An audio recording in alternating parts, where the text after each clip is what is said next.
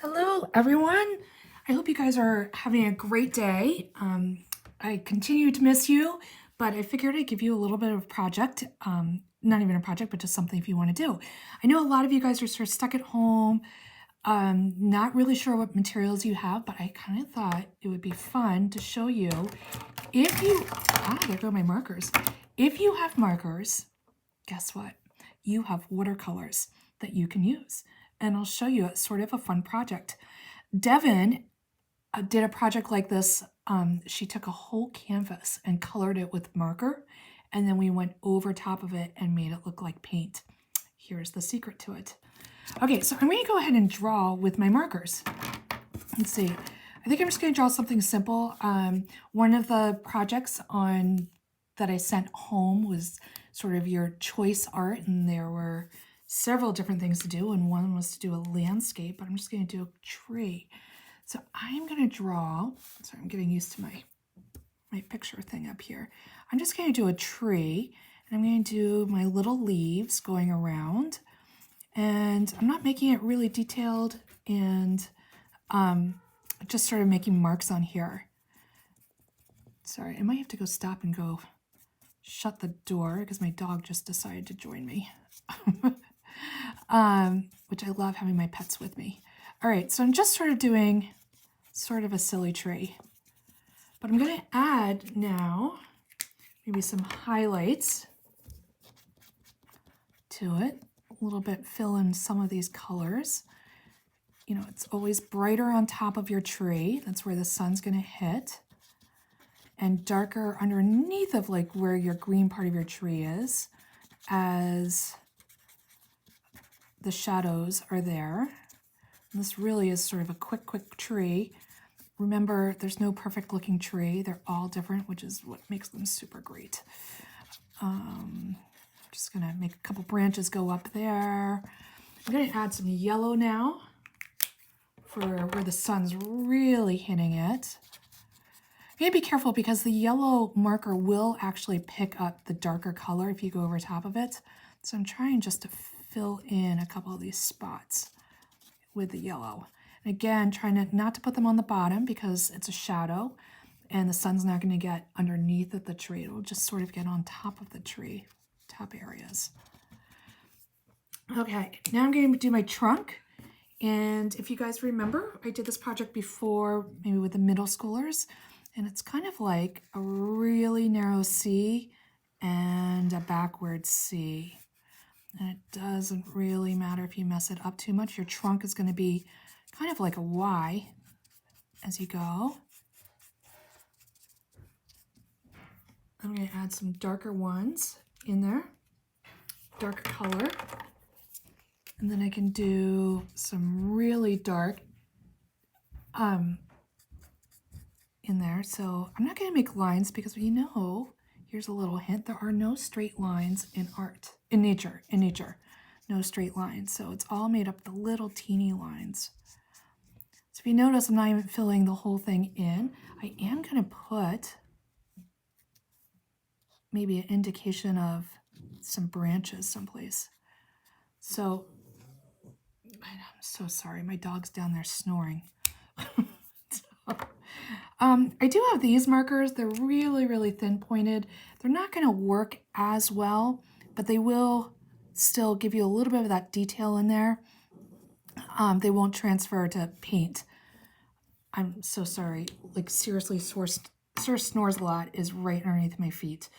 Okay, so now I'm going to do my clouds, my sky. I'm going to try not to do scribble scrabble, but sort of keep my marks looking the same. Now, sorry, my dog's name is Lewis. Wow, does he know how to snore? So I'm just gonna make my sky marks. I'm gonna add a couple different colors in here too. Maybe a lighter blue. I think I might actually do some purple in here. Oh, Lewis.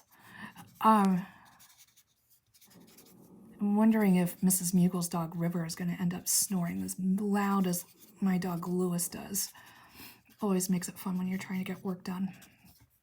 Okay, and then let's add a little purple and see what happens. I think I'm going to do the purple down below. Maybe just a couple spots.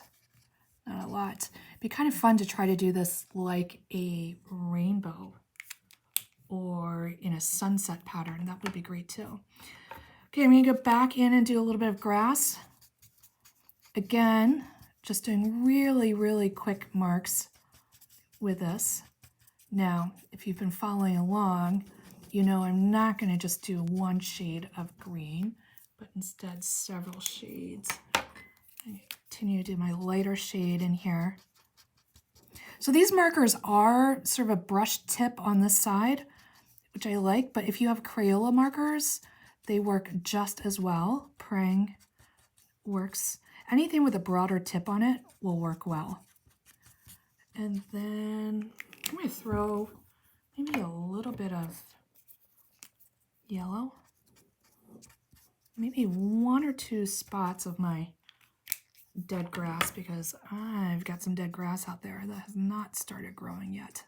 Well, I'm making these little, just smaller, so they don't take away from the green. Okay, so here comes the fun part. If you have a paintbrush at home, go ahead and get it. If you do not have a paintbrush, something else I found that was working as a Q-tip, or if you just take a paper towel, you could do that.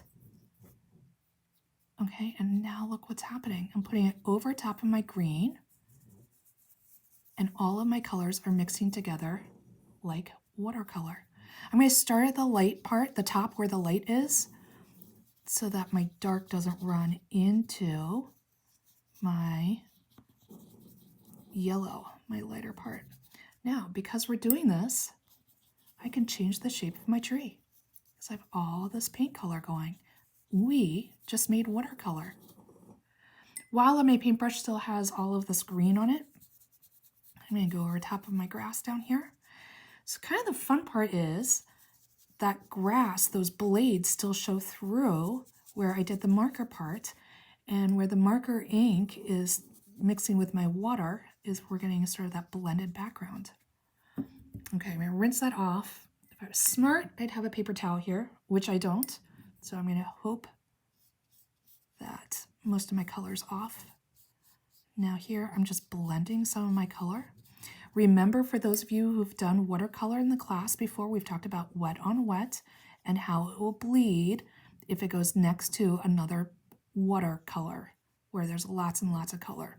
So you might want to let some of this dry first. I'm noticing my roots are bleeding into my grass, but that's kind of okay.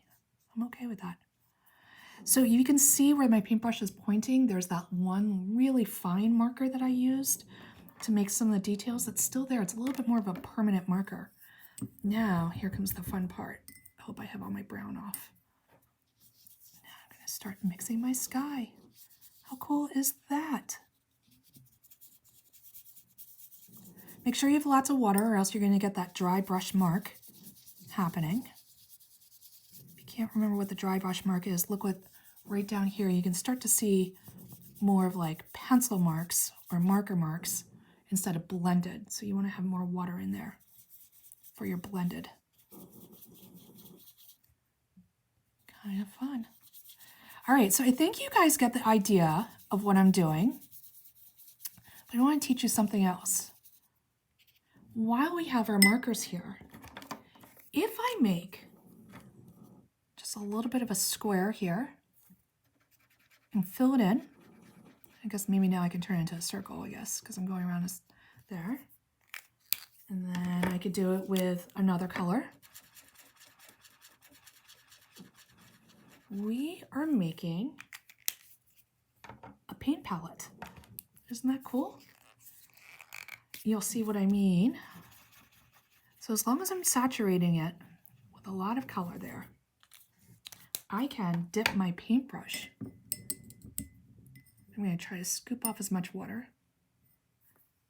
I can dip my paintbrush in there, and I've got watercolor. And the fun thing is, when this dries, you'll have more color left in it. This will dry out. All right, guys, I hope you enjoy. Have fun painting. Let me see your great creations that you come up with. And miss you. Keep creating. Have fun. Talk to you later. Bye.